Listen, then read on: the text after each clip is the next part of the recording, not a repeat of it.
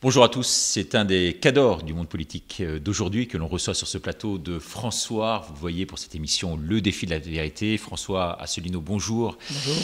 Je rappelle votre parcours, vous êtes président de l'UPR, on y reviendra, HEC, énarque, haut fonctionnaire, inspecteur des finances. Vous avez été candidat aux dernières élections présidentielles, vous êtes président de parti et pourtant vous êtes totalement boycotté aujourd'hui dans les médias. Comment vous expliquez cela ? Parce que je dis des choses qui n'ont pas lieu d'être dans les grands médias. Vous le savez d'ailleurs. Pourquoi est-ce que France Soir TV s'est créé ? C'est bien justement pour répondre à cette attente de l'opinion. Mais comme vous, nous, on a lancé notre chaîne de télévision et sur notre chaîne UPR TV, on fait parfois plus d'1 500 000 vues en cumulé entre Facebook et YouTube. Et même on en est presque à 2 millions sur certaines de ces vidéos. Ce qui prouve qu'il y a une anomalie fondamentale dans le traitement de l'information en France. Alors justement, comment vous expliquez aujourd'hui qu'il n'y ait quasiment plus d'opposition, qu'il n'y a pas de syndicats, qu'il n'y a plus de manifestations dans les rues et surtout qu'il n'y ait plus de débat d'idées ? Je pense qu'on est dans une société, en fait, je pèse mes mots, mais crypto-totalitaire. C'est pas parce qu'il y a différents partis politiques qu'on est en démocratie. Je rappelle d'ailleurs que, par exemple, en Allemagne de l'Est, jadis, il y avait 3 partis politiques. En Chine, en ce moment, il n'y a pas seulement le Parti communiste chinois, il y a une dizaine de partis politiques qui sont des partis croupions. En Tunisie de Ben Ali, vous aviez 3 partis politiques. Donc ça, c'est... Des faire-valoir, en quelque sorte. Voilà. Mais si tous les partis disent la même chose, ou en tout cas sont des oppositions de connivence, qui, en gros, critiquent le gouvernement, mais ne vont jamais jusqu'au fond des choses. Vous savez, De Gaulle disait il faut aller au fond des choses. Nous avons actuellement en France une opposition de connivence qui a pignon sur rue dans les médias. Et quand je dis une opposition de connivence, c'est qu'ils ne sont même pas capables de désigner l'adversaire auquel la France est confrontée. Ils critiquent, ça c'est sûr, ils critiquent. Mais c'est pas aux médias de désigner l'adversaire. Non, mais c'est à l'opposition. C'est à l'opposition. Aux Français, Madame Le Pen, Monsieur Mélenchon, pour ne parler que d'eux, mais Monsieur Jadot, c'est pareil, Monsieur Jacob, c'est pareil. Est-ce qu'ils parlent de l'Union européenne ? Est-ce qu'ils parlent de l'euro ? On va y revenir, bien entendu. Est-ce qu'ils parlent de l'OTAN ? Est-ce qu'ils parlent de Big Pharma ? Actuellement, sur l'affaire du Covid-19, je suis désolé, alors justement, ils sont silencieux. Est-ce qu'il n'y a pas eu, à travers ce Covid, une redistribution des cartes politiques ? Est-ce qu'on ne passe pas d'un système droite-gauche, tel qu'on l'a connu nous, à un système aujourd'hui entre globalistes, mondialistes d'un côté, et puis finalement populistes et souverainistes de l'autre ? Oui, mais alors, moi, j'aime pas trop les trucs en iste, parce que ça fait toujours partie c'est dépréciatif. Voilà.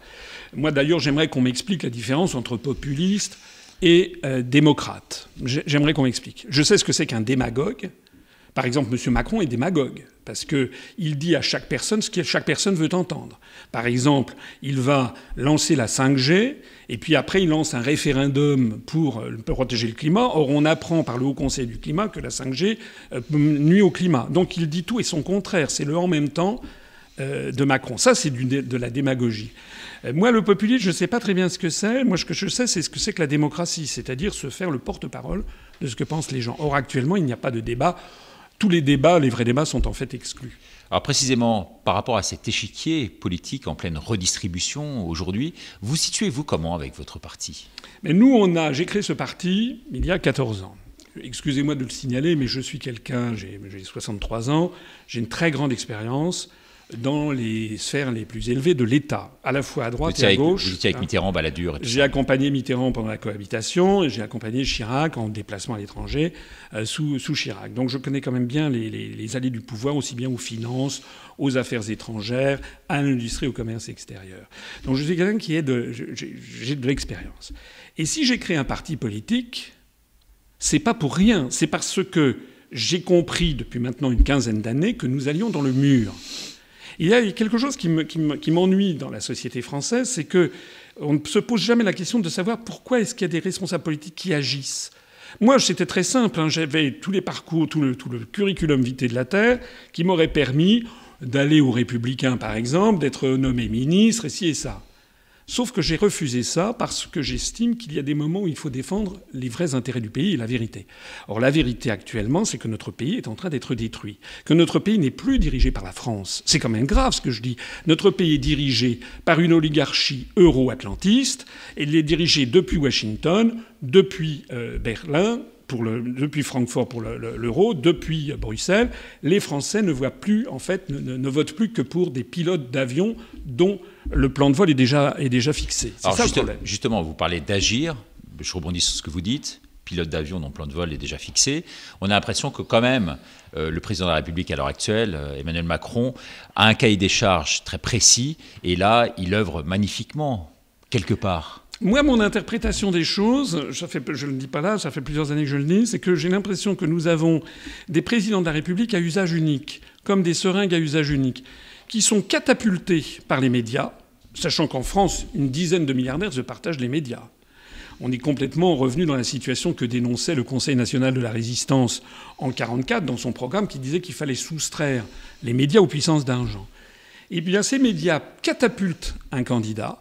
Voilà. Monsieur Sarkozy a été catapulté comme candidat. Après ça, il était prévu que ce soit M. Strauss-Kahn. Et puis il y a eu l'affaire du Sofitel New York. Donc d'un seul coup, on a changé et on nous a catapulté M. Hollande.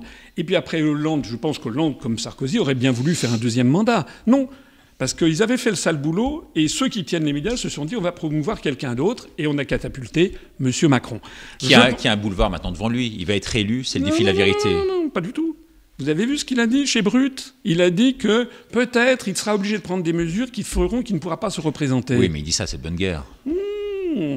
On ne sait pas, Il faut se faire désirer dans la vie, n'est-ce pas ? Non, mais il fait quand même le sale boulot, et puis c'est pas lui qui décide.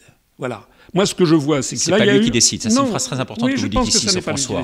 Pourquoi est-ce que vous n'avez pas noté ? Qui décide ? Vous n'avez pas noté un truc bizarre que pendant un mois et demi, on a eu du général de Villiers, matin, midi et soir, pendant 3 semaines. Il a fait quoi, M. de Villiers ? Moi, j'ai créé un parti politique. Il a dit qu'il ne se présenterait pas. Nous avons plus de 30 000 adhérents. J'ai fait 1% des voix à la présidentielle. Certains me brocardent, mais j'avais 0% du temps de parole. Donc nous, je me suis présenté aux élections européennes, on a fait 1,2%. M. de Villiers n'avait rien fait. Et M. de Villiers, comme par enchantement, a eu tous les grands médias, les grands journaux qui lui ont ouvert les chaînes de radio, de télé. Donc il y a un truc. Bon. Alors... Et puis c'est fini. Vous avez vu que c'est fini. C'est terminé. Et maintenant, je vois arriver, ça j'avais prévu ça depuis un certain temps, je vois arriver d'un seul coup un article là, je crois que c'est dans Le Point, très flatteur, sur Madame Christine Lagarde. Et je n'exclus pas du tout que maintenant on nous mette en avant Madame Christine Lagarde. Alors on va revenir sur vous, c'est ce qui nous intéresse et ce qui intéresse les téléspectateurs. Est-ce que vous regrettez de vous être présenté aux dernières élections ? Parce que c'est vrai que vous-même, vous êtes allé quand même droit dans le mur. Moins d'1%, c'est un échec total, non ? Je dirais pas... Oui, bien sûr, c'est pas un grand succès, ça je suis d'accord. Mais il faut bien que les auditeurs comprennent que malheureusement, ce sont des corrélations, des martingales qui ont été découvertes aux États-Unis, c'est que le nombre de voix que vous obtenez dans une élection est une fonction presque corrélée parfaitement au pourcentage de temps que vous avez dans les médias. Non seulement vous, mais si on parle de vous. Vous savez, on le dit dans les médias, si on ne parle pas de quelqu'un, il n'existe pas. Voilà. Si on ne parle pas de vous, vous n'existez pas dans l'inconscient collectif. Et donc je me suis heurté, et quand j'ai créé l'UPR, honnêtement, je ne pensais pas que le verrouillage médiatique était à ce point. Je me suis heurté au fait d'un blocage absolu, que d'ailleurs je vis toujours. Voilà. Actuellement, c'est contraire aux règles du CSA. Pardonnez-moi de vous poser la question, mais c'est quand même une blague qui coûte quand même très cher, cette investiture à la présidentielle. Non, ça très cher. Vous savez qu'on est remboursé de 800 000 € par l'État, quel que soit le score que vous faites. Et moi, ma campagne, elle a coûté à peu près 1 800 000 €. Et nous avons eu le soutien de tous nos adhérents et cotisants. Parce que notre parti politique n'a absolument aucune dette. Ni dette bancaire, ni dette fournisseur. Ce qui nous donne d'ailleurs une très grande liberté. Vous venez de nous dire, en fait, que vous n'avez pas cette visibilité médiatique suffisante pour pouvoir avoir et obtenir suffisamment de voix. Là, vous l'avez encore moins aujourd'hui, puisque vous êtes blacklisté. On commençait une interview par ça. Et malgré tout, vous comptez quand même... Mon petit doigt me le fait dire. Vous comptez quand même vous représenter la prochaine fois. Parce que le fait que je me sois... C'est pas contradictoire, ça ? Non, parce que le fait que je me sois présenté a fait changer de dimension notre parti politique. C'est que nous avions un parti qui était vraiment marginal et nous avons multiplié par 2 le nombre de nos adhérents. Actuellement, le nombre d'adhérents à jour de cotisation, on est à plus de 20 000. Et avec ceux qui ne sont pas à jour mais qui vont verser le rebol au moment des élections, on est à plus de 37 ou 38 000. Donc ça nous a fait changer de dimension. Et puis il y a un autre phénomène. dont vous êtes d'ailleurs l'incarnation. C'est qu'il y a une tendance en France, comme dans tous les pays de l'OCDE, à ce que les Français, les électeurs, se détachent petit à petit des médias mainstream pour aller sur Internet. Parce qu'ils en ont assez d'avoir un discours qui est le même que celui du gouvernement. Moi, je suis d'une génération, comme vous sans doute. Nous, enfin, quand j'étais jeune, on avait des journalistes d'investigation qui, si on n'utilisait pas ce mot à l'époque, mais qui débunkaient le discours de l'État pour le compte de leurs lecteurs. Maintenant, c'est l'inversion totale. On a des journalistes qui débunkent ce que pensent les électeurs pour le compte de l'État. Maintenant, les journaux sont devenus des porte-paroles officieux de la parole de l'État. Et quand je dis la parole de l'État, c'est qui est derrière l'État. Parce que moi, ce que je vois, c'est que le conseil scientifique de M. Macron, c'est en fait Big Pharma. Voilà. D'accord. Donc ça, nous, on le dénonce régulièrement. Moi-même, sur la Minute Ricardo que j'anime tous les jours, je décompose, si vous voulez, le système, la mécanique du système. Et effectivement, le positionnement des journalistes aujourd'hui est très critiquable. Cela dit, donc vous reposez essentiellement sur les médias sociaux, donc devenus très, très viraux, au sens propre du terme, avec des vidéos, vous, notamment, très, très didactiques. Hein, on le voit, vous avez une vraie communauté. Je crois que c'est la deuxième chaîne aujourd'hui des partis en France, la vôtre, vous faites plus d'1 million, vous le disiez tout à l'heure. C'est votre seul salut, véritablement, aujourd'hui, les médias sociaux, pour exister ? Écoutez, on est dans une situation... Alors, je sais bien que certains vont dire que c'est le point Godwin, que c'est ci, que c'est ça. Mais on est dans une situation qui rappelle l'occupation. Radio Paris ne donnait jamais la parole au général de Gaulle. Voilà. Et comment de Gaulle se développait ? Par Radio Londres. Or, Radio Londres, c'est l'équivalent d'Internet d'aujourd'hui. Et encore, Internet, d'ailleurs, il faut s'en méfier, puisque de plus en plus, les réseaux sociaux sont en train de verrouiller le système, ce qui prouve bien que les réseaux sociaux commencent à avoir un poids politique énorme. Et moi, je m'adresse ici à toutes les personnes qui nous regardent.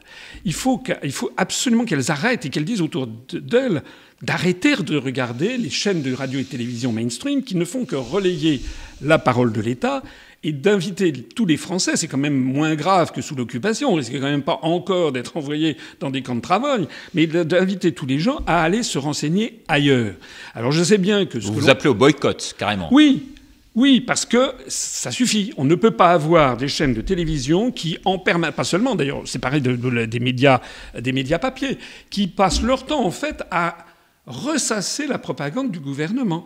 En France, nous sommes en France. Hein. Là, c'est quand même un véritable problème. Donc, moi, j'ai jamais connu en France un tel État où ce que dit le gouvernement est à ce point relayé par des fact-checkers, etc. Est-ce que vous avez remarqué un truc ? AFP Factuel, par exemple.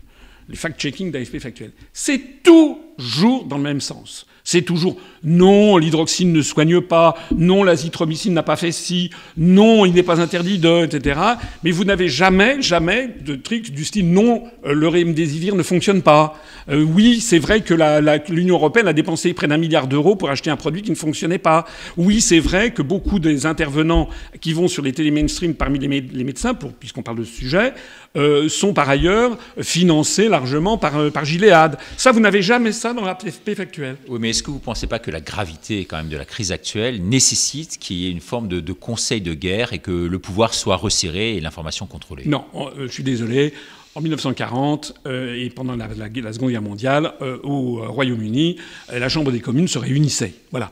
Là, nous sommes en train de basculer dans un univers de dictature, puisque les députés ne servent plus à grand-chose. On a vu en fait, et je rebondis sur votre question du début, on a vu en fait disjoncter les uns après les autres les contre-pouvoirs de la société française.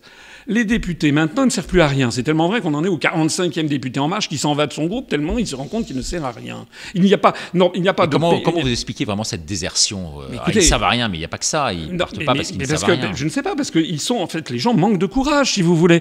Vous vous rendez compte qu'en France, vous avez un président de la République, ça n'est pas dans ses attributions constitutionnelles, qui décide de la politique médicale, etc., avec un groupe resserré. Mais à quoi sert le Parlement ? Dans tous les autres pays du monde, il y a quand même un Parlement, le Bundestag en Allemagne, qui débat de ça. Alors, vous avez les députés qui ne servent plus à rien, qui ne servent plus, en gros, j'exagère, mais qu'à transcrire les directives de l'Union européenne. Vous avez en deux Les syndicats qui ont disjoncté, puisque eux aussi, moi j'ai jamais entendu la CGT, la CFDT s'inquiéter de cette affaire de vaccination généralisée avec des vaccins dont on ne connaît rien. Vous avez les partis politiques qui sont les partis dits de connivence, comme je les appelle, qui sont là, et qui effectivement font manifester les gens. Vous avez vu cette petite anecdote, elle est quand même assez croquignolette. Monsieur Mélenchon fait manifester des gens contre la loi sécurité globale, je ne sais plus comment ça s'appelle, et puis 2 jours après, il banquette avec M. Macron à l'Élysée, en piétinant d'ailleurs les règles de confinement de 6 personnes, jusqu'à minuit et demi. Mais si Macron n'avait pas été testé positif, les Français n'auraient jamais su que Mélenchon dînait en parfaite connivence avec M. Macron. Oui, mais c'est pas nouveau. Moi qui suis journaliste depuis 30 ans, j'ai toujours vu cette connivence, si vous voulez, de façade en tous les cas. Je ne pense pas. Cette opposition de façade et cette connivence de fait entre les hommes politiques. Non, je ne suis pas d'accord avec ça. C'est peut-être depuis une vingtaine d'années ou une trentaine d'années. Ils ont la même formation. Vous-même qui êtes énarque, vous le savez très bien. Dans votre promotion, vous avez des amis. Je connais Macron, mais Macron ne m'a jamais invité. Parce que si vous voulez, la vraie opposition, elle est là. Je suis désolé, mais Pétain, en 1941, il n'invitait pas De Gaulle à dîner. De Gaulle, s'il avait été invité, aurait refusé. Voilà. Et sans aller jusqu'à 41, en 1964, je pense que De Gaulle n'a jamais invité à dîner comme ça, dans un dîner en ville, Mitterrand. Il le traitait d'arsouille. C'est-à-dire qu'il y a la politique. Moi, je pense qu'il faut que la politique que voient les Français soit la même que celle qu'il y a derrière les coulisses. Moi, je peux vous assurer que je ne suis jamais invité nulle part, ni à Matignon, ni à l'Élysée, mais je sais en revanche qu'ils suivent très exactement ce que je peux dire, puisque nous avons pris beaucoup d'ampleur sur Internet. Alors, comme disait ma grand-mère, la critique est facile, mais l'art est difficile. Alors vous, qu'est-ce que vous auriez fait à la place de Macron ? Déjà, à la place de Macron, la première chose que j'aurais faite, c'était déjà de consulter les Français, et de consulter les Français, et aussi des experts, mais des experts en ayant bien veillé à ce qu'il n'y ait pas des conflits d'intérêts. Parce que le problème numéro 1, il est là. Il est que, en fait, on voit, c'est ce qu'a dénoncé... Mais dans ce comité scientifique, il y a qui est en conflit d'intérêts, d'après vous ? Je pense une grande majorité, de Delfrécy, et puis les gens qui vont à la... Mais vous avez des biscuits pour dire ça, quand même, à l'antenne ? Écoutez, en tout cas, ce que je sais, c'est que le professeur Raoult faisait partie de ce comité, qu'il en a claqué la porte quand il a vu ce qui s'y passait. Ce que je sais aussi, c'est qu'il y a des questions qu'il faut poser à Véran, par exemple. J'ai vu que Véran s'est permis... sur une chaîne de télévision, d'insinuer que j'avais des liens avec Dieudonné, avec l'antisémitisme, etc., ce qui est absolument faux. Et ceci au motif que la dame avec laquelle il parlait, moi j'ai jamais rencontré d'ailleurs cette dame, que la dame avec laquelle il parlait aurait eu tenu un blog où c'est des procédés d'amalgame. Moi, ce que j'aurais fait vis-à-vis de M. Véran, c'était lui poser des questions très précises. Qui a décidé d'acheter du Remdesivir et pourquoi ? Oui. Non mais attendez, il y a 1 milliard d'euros qui est passé là-dedans au niveau de l'Union européenne. Deuxième question, pourquoi est-ce que l'hydroxychloroquine a été interdite dès le mois de janvier alors que ça faisait des décennies que c'était autorisé ? Troisième question, il a interdit l'hydroxychloroquine après l'étude Lancet qui était un faux. Elle est toujours officiellement interdite. Pourquoi ? Quatrième question, il y a des quantités d'autres médicaments qui sont actuellement en cours d'élaboration, d'études. Il n'y a pas que l'hydroxychloroquine ni le remdesivir, vous avez ni l'azithromycine, vous avez l'ivermectine, vous avez d'autres médicaments, vous avez aussi des médicaments, des compléments alimentaires qui permettent d'améliorer la défense immunitaire, vitamine C, vitamine D, le zinc, etc. Il n'en est jamais question. Donc ce que j'aurais fait, c'est, si j'avais été à la place de Macron, première chose, c'était ça. Et puis deuxièmement, je ferais aussi autre chose, c'est que j'arrêterais d'ameuter la population. On a quand même une maladie qui est effectivement individuellement qui est grave, mais le taux de... Donc c'est quand même pas la grippette d'origine, quoi. Non, ce n'est pas la grippette d'origine. J'ai jamais parlé personnellement de grippette. Mais il y a un taux de létalité qui est quand même assez faible. Et puis surtout, fondamentalement, je permettrais un débat. Et le problème qu'il y a actuellement, c'est qu'on a l'impression que les débats, si vous n'êtes pas d'accord avec ce qui est dit, si vous faites preuve d'esprit critique, moi quand j'étais petit, on me disait qu'il fallait faire preuve d'esprit critique. La philosophie qu'on apprenait au lycée, c'était justement de raisonner Descartes, c'est faire passer tout ce qu'on nous dit au filtre de sa raison personnelle. Maintenant, si vous remettez en cause la doxa dominante, on vous traite bien sûr de complotiste. Mais il y a quand même des vrais débats. Pourquoi est-ce que, par exemple, on a des milliards maintenant pour acheter des vaccins, alors qu'on n'a pas de milliards pour renforcer les hôpitaux ? Oui, ça vous le dénoncez dans une vidéo. Vous pensez que notre corps, aujourd'hui, est véritablement devenu, en quelque sorte, ce qu'on pourrait appeler une usine à vaccins, une usine à tests ? Je ne suis pas personnellement contre les vaccins. D'ailleurs, l'écrasante majorité des gens qui s'inquiètent ne sont pas contre les vaccins. J'ai vu que vous avez reçu le professeur Montagnier qui a dit lui-même qu'il avait été vacciné. Moi, j'ai été vacciné, je ne suis pas contre tous les vaccins. Je dis simplement que là, on est face à quelque chose qui est quand même assez étrange. Et moi, quand je vois que le professeur Montagnier, qui est quand même prix Nobel de médecine, quand je vois que le professeur Raoult est quand même quelqu'un qui est très connu, quand je vois qu'il y a une série de professeurs de médecine et une série de médecins qui tirent la sonnette d'alarme, et quand je vois qu'ils sont traités de charlatans par des gens qui n'ont fait aucune étude de médecine, je me dis qu'il y a quand même un petit bug. Parce que dans le comité scientifique, il y a quand même des professeurs. Oui, mais ils ne sont pas d'accord entre eux. Ça, j'ai bien compris qu'ils ne sont pas d'accord entre eux. Mais normalement, dans une démocratie, il devrait d'abord y avoir un débat. Or, le débat, actuellement, il est, si j'ose dire, hystérisé. Il y a une espèce d'hystérie, c'est-à-dire que si vous posez des questions, vous êtes complotiste. On est à la limite de la psychiatrisation des opposants qui a connu ses beaux jours sous Staline et jusqu'aux années 70 en Union soviétique. Le général Grigorenko, par exemple, c'était des gens qui étaient, parce qu'ils ne pensaient pas comme les autres, parce qu'en russe, on ne disait pas dissidents, c'était des alternis, je crois, des gens qui pensent autrement, on considérait finalement qu'ils étaient un peu zinzin. Moi, je suis inquiet de l'évolution de la situation. Il nous reste 5 minutes sur cette émission qui s'appelle Le défi de la vérité. Je vous demanderai vraiment de me regarder quasiment droit dans les yeux et de répondre à mes questions. Alors peut-être un peu fâcheuse là pour la première. Il y a des faits de justice qui ont été reprochés. Avec notamment des plaintes, on parle de boules puantes. Par rapport à ça, je pense que les auditeurs ont besoin de savoir, d'avoir la vérité là-dessus. Je me suis exprimé, j'ai démenti absolument. Je sais qu'il y a une enquête judiciaire, de la police judiciaire qui a été diligentée, qui est en cours. Je n'ai pas encore été convoqué personnellement. Je peux vous vous craignez le pire dans le contexte actuel ? Non, je suis tout à fait droit dans mes bottes. D'ailleurs, le jour viendra peut-être où je dirai exactement ce qui se cache derrière, parce qu'il se trouve que mes accusateurs sont dans d'autres partis politiques maintenant. Alors on vous dit à la fois besogneux mais extrêmement travailleur, en tout cas dans les cabinets ministériels dans lesquels vous étiez. On vous dit extrêmement brillant, on a pu le voir, mais un peu vaniteux. Vous vous situez comment, vous ? Quel qualificatif serait le vôtre aujourd'hui ? Vaniteux. Alors je sais qu'il y a des gens qui disent que j'ai un ego démesuré. Mais si j'avais un ego démesuré, excusez-moi, je ne me serais pas mis à 50 ans à créer un parti politique à partir de zéro, à passer mon temps à aller à travers la France et à parler devant 5, 6, 7, 8, 10 personnes. Donc évidemment, quiconque brigue la présidence de la République peut être considéré comme quelqu'un qui a la grosse tête. Mais enfin, il se trouve il me semble objectivement que j'ai une expérience professionnelle qui vaut bien celle de beaucoup d'autres candidats. J'ajouterai aussi quelque chose. C'est qu'il faut que les Français... Maintenant, vous savez, on peut, grâce à Internet, aller vérifier ce que les gens ont dit avant. Moi, je vais sortir une vidéo où je vais montrer sur plus d'une quinzaine de sujets ce que j'ai dit au cours des années antérieures, ce que disaient mes contradicteurs et ce qui s'est passé. C'est ça qu'il faut que les gens y voient. C'est-à-dire qu'une pensée, elle est juste, non pas parce qu'elle bénéficie d'une couverture médiatique extraordinaire, une pensée est juste si vous découvrez année après année qu'elle est confirmée par les événements. Je mets au défi M. Macron, par exemple, qui disait « Pensez printemps, les amis ». M. Macron, qui a été élu pour avoir une start-up nation, etc., il laisse la France en lambeaux. Voilà la réalité. Une sorte de vérification d'une information incomplète aujourd'hui délivrée à la télévision. Parce que vous l'avez annoncé au début, je suis inspecteur général des finances. Et ce qu'on apprend, sortant de l'ENA, quand on entre dans ce grand corps qui est l'inspection des finances, c'est de ne jamais prendre un événement pour acquis sans l'avoir vérifié soi-même. Eh bien, moi, j'invite toutes les personnes qui m'écoutent à aller vérifier ce que, depuis maintenant X années, disent les autres candidats, ce que je dis moi. Par exemple, il y a aussi quelque chose qu'il faudrait dire, je reviens sur l'opposition contrôlée.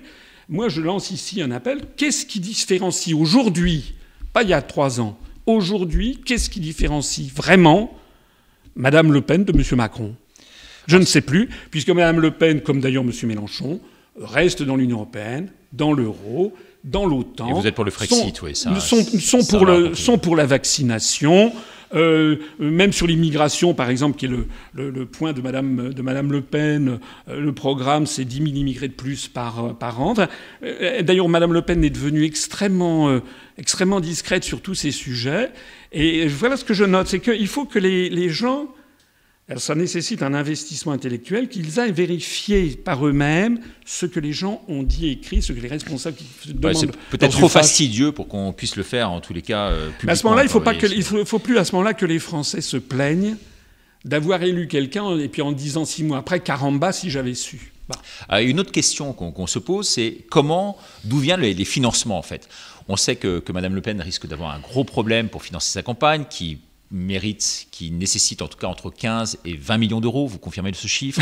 Non. Pour pouvoir se présenter au premier tour, c'est pas le chiffre que vous avez avancé tout à l'heure. Mais pour se lancer dans une campagne présidentielle à grande envergure, il faut quand même une financière colossale. Vous êtes bien d'accord? Alors qui finance? Pour l'instant, c'était les banques, mais elles le feront plus. Enfin, moi, je parle de ce que je connais moi. Ouais. C'est-à-dire que nous avons dépensé 1 800 000 euros. Ouais. Donc il faut que les Français comprennent bien que, effectivement, les candidats qu'on leur présente en permanence devant la télévision, ceux qui, comme par miracle, ont des sondages mirobolants, sont ceux qui dépensent le plus d'argent. C'est ça le problème.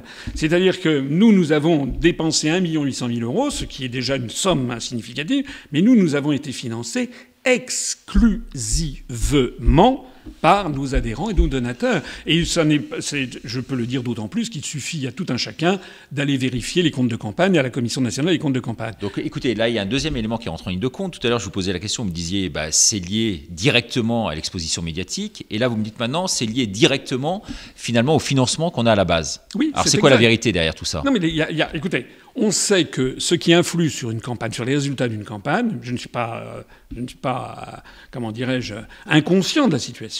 C'est pour ça qu'elle est grave. Ce qui influe sur les résultats électoraux, c'est le passage médiatique, à la fois vous et ce que disent de vous les journalistes. Parce que par exemple en 2017, moi j'ai eu droit à moins de 1% du temps de parole et 0%. Les journalistes entre les émissions ne parlaient jamais de moi.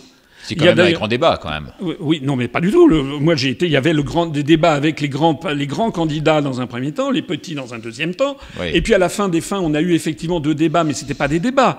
C'était une juxtaposition, c'était des silos, si vous voulez, une juxtaposition de questions des journalistes à chaque candidat. Bon, je reviens à mon propos. Ce qui influe sur une élection, sur les résultats d'une élection, c'est l'exposition médiatique, en 1, l'argent dépensé, en 2, et puis par ailleurs, les sondages divulgués, qui ont un effet de prophétie autoréalisatrice. Et tant que les Français n'auront pas massivement compris qu'ils sont manipulés par cela, ils vont revoter, malheureusement, pour des gens qui sont en train d'entraîner la France à la perte, puisque les gens qu'on leur présente dans les médias sont ceux qui servent les intérêts des propriétaires des médias, ce ne sont pas ceux qui servent les intérêts du peuple français.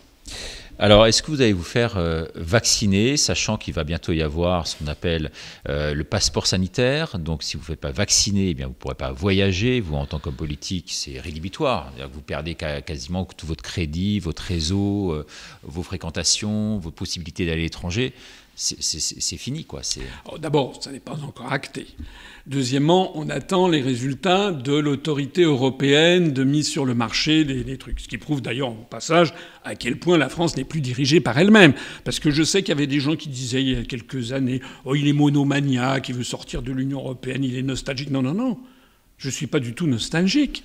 Moi, ce que je veux, c'est que les Français reprennent le pouvoir chez eux. J'estime que ça n'est pas à l'autorité européenne, machin chose, de décider, d'ailleurs au passage... Et que les eurocrates arrêtent de s'en mettre plein les poches, c'est ça? C'est ce que j'allais vous dire. Vous avez vu ce scandale sur l'affaire du vaccin Pfizer.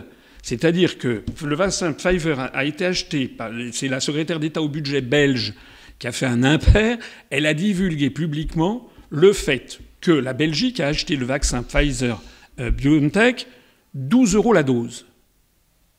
Et on sait que l'Union européenne, la Commission, l'a acheté 15,50 €, 3,50 € de plus la dose. Alors même que l'on sait que l'Union européenne en a commandé 60 fois plus. Est-ce que vous vous rendez compte du truc?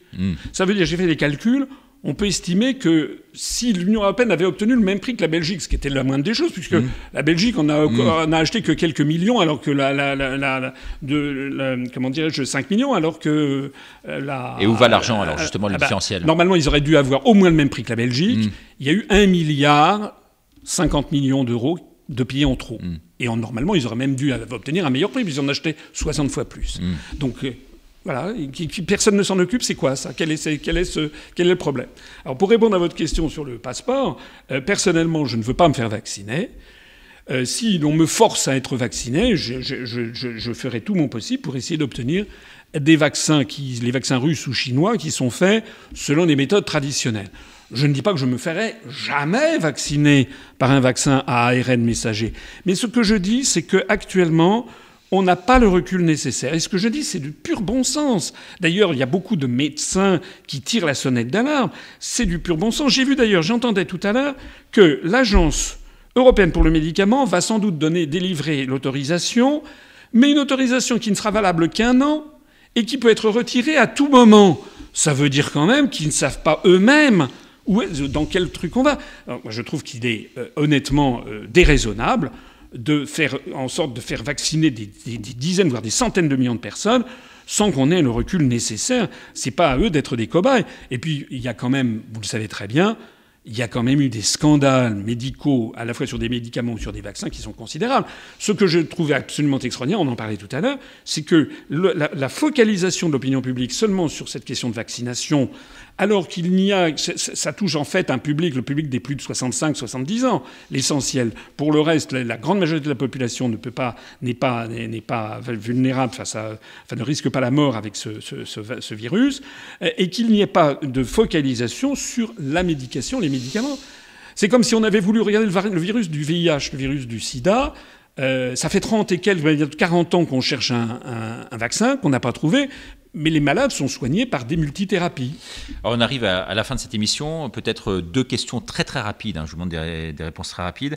La première, c'est qu'on en a marre des énarques en France. Je suis désolé parce que vous en êtes un. Vous prenez le pouls aussi de la population parce que vous allez sur le terrain. On dit que c'est trop technocrate, c'est une forme de pensée qui ne colle pas véritablement au milieu politique. On veut des hommes de terrain, on veut des hommes qui sont partis de la base, qui sont montés, qui ont prouvé ce qu'ils faisaient. Alors vous l'avez prouvé par les études, mais peut-être pas par le succès dans le monde de l'entreprise. Alors un État, ça se construit comme une entreprise. Alors je comprends que beaucoup de Français en aient assez. Mais ce qui met derrière le mot énarque, c'est pas forcément les énarques. C'est plus généralement le monde politique qui leur raconte des histoires. Voilà. Parce que je peux vous donner des quantités de gens comme M. Raffarin, M. Sarkozy, M. Valls, etc., qui n'étaient pas énarques. Bon. Donc, M. Castaner, tout ça, c'est des gens que les Français ne peuvent pas sentir et qui n'étaient pas énarques pour autant. Donc, ce que je dirais, c'est que je comprends la réaction, mais il faut bien voir que ce qui pose problème, c'est pas finalement l'énarque ou pas l'énarque. C'est des gens, et ça, les Français, ils le voient avec leur intuition. Est-ce que ce monsieur ou cette dame me dit la vérité? Est-ce qu'il parle avec ses tripes? Est-ce que c'est quelqu'un qui a mis en cause sa vie personnelle et notamment professionnelle? Moi, j'étais dans des conditions sortant de cabinet ministériel.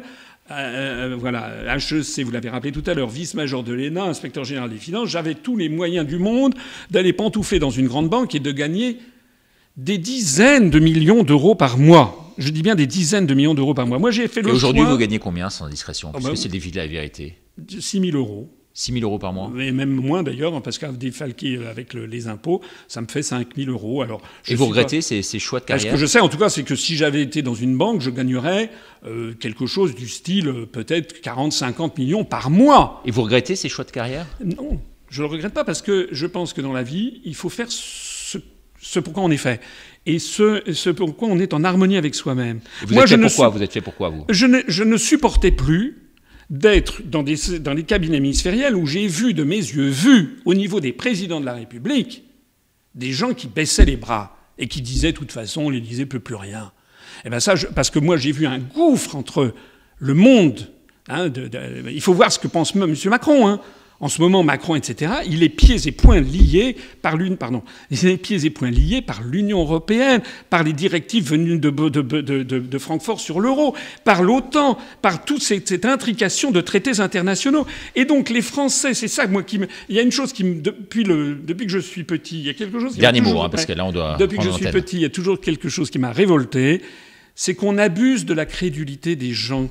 Moi, je ne veux pas abuser de la crédulité des gens. Je veux défendre mes compatriotes et leur dire ce qu'est la vérité. Et ça, si vous voulez, il y a des énarques. Pas beaucoup, mais il y en a qui le font. Et puis il y a d'autres qui ne sont pas énarques et qui ne le font pas. Alors justement à ce propos, c'est vrai qu'on vous reproche, et je dois aller quand même à contre-pied, c'est mon rôle de journaliste de vous poser la question, mais on vous reproche d'être un peu vis-à-vis de vos adhérents, de les gouroutiser en quelque sorte, parce que vous avez une aura, vous avez du charisme. Est-ce que c'est pas facile finalement de faire ce que vous faites par rapport à votre population, votre propre population? Non. Non, mais d'abord, vous savez ce que c'est qu'un gourou? Ça a été défini par la HAL, non par la MIVILUD, la mission interministérielle de vigilance contre et de lutte contre les dérives sectaires. Un gourou, c'est quelqu'un qui, premièrement, envoûte ses adhérents ou ses croyants, comme dans une secte, quoi qu'il puisse dire et faire, les gens sont d'accord avec lui. Moi, je peux vous dire que moi, j'ai créé un parti. C'était inscrit dans les statuts que nous voulons la sortie de l'Union européenne, de l'euro et de l'OTAN. Si demain, je disais, ben non, finalement, je veux une autre Europe, on reste dans l'Union européenne, je peux vous assurer que 98% des adhérents rendraient leur carte. Ce qui prouve que je ne suis pas un gourou. Ils ne sont pas là pour vous, mais pour vos idées. Ils sont pour les idées. La deuxième caractéristique d'un gourou, c'est qu'il est intéressé par l'argent. Vous avez vu. Ouais. Et la troisième caractéristique, eh bien, c'est que justement, les gens perdent leur libre arbitre. Alors que depuis 14 ans, gratuitement, que l'on adhère ou pas à l'UPR, tout est sur Internet. D'ailleurs, on ne peut pas. Oui, vous savez que les partis politiques ne peuvent pas financer les vidéos, c'est interdit, on ne peut pas mettre de publicité. Donc gratuitement depuis 14 ans, je donne aux Français les moyens de comprendre ce qui se passe. J'aiguise leur esprit critique. Alors que justement une secte, c'est quelque chose qui rabote l'esprit critique. Donc s'il y a bien un gourou qui exige que les Français le suivent, quoi qu'ils puissent dire et faire, et qui affaiblit l'esprit critique des gens, c'est pas moi, c'est Macron. Merci infiniment d'être venu sur ce plateau. Vous nous avez menti ou pas dans cette émission, le défi de la vérité? Non. Mais vous savez, je suis quelqu'un, je ne dis pas que ça m'arrive jamais, mais je suis quelqu'un qui ment très très peu. Ça y est d'ailleurs, je crois que c'est un dicton qui est de temps en temps attribué à une maxime à Abraham Lincoln ou à Jean XXIII ou je ne sais pas qui dit « il ne faut jamais mentir ou alors il faut avoir une excellente mémoire ». Merci beaucoup François Asselineau d'être venu sur ce plateau de François. Bon courage à vous et à bientôt.